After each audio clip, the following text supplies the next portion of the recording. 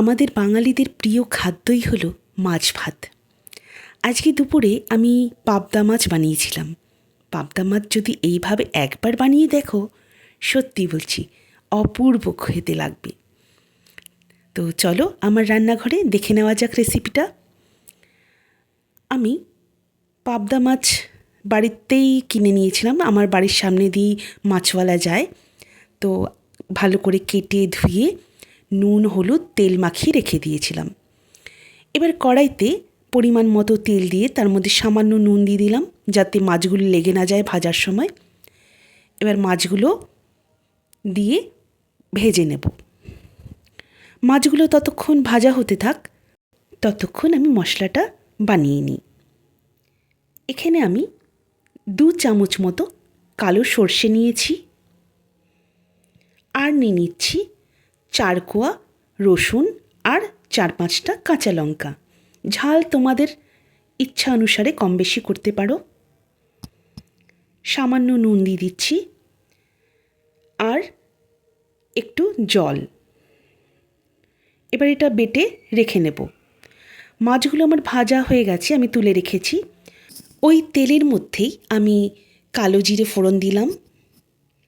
এবার আমি আগে থেকে ফাইন চপড একটা মাঝারি সাইজের পেঁয়াজ কেটে রেখেছিলাম, সেই পেঁয়াজটা এর মধ্যে দিয়ে দিচ্ছি। পেঁয়াজটা গোল্ডেন হওয়া পর্যন্ত একটু নেড়েচেড়ে ভাজবো। পেঁয়াজটা গোল্ডেন হয়ে গেলে তার মধ্যে দিয়ে দিচ্ছি মাঝারি সাইজের টমেটো কুচি। এবার একটু নুন দিয়ে দেবো যাতে টমেটোটা ভালোভাবে মজে যায়।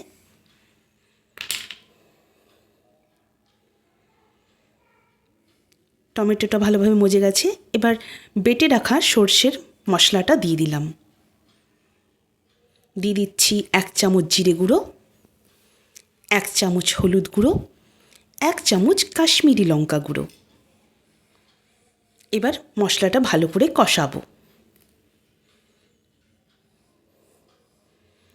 মশলাটা থেকে তেল ছেড়ে দিয়েছে। এবার সামান্য একটু জল দিয়ে দিলাম, 1/2 কাপ মতো। এবার এই ঝোলটা ফুটে উঠলে তার মধ্যে দিয়ে দিচ্ছি ভেজে রাখা মাছগুলো।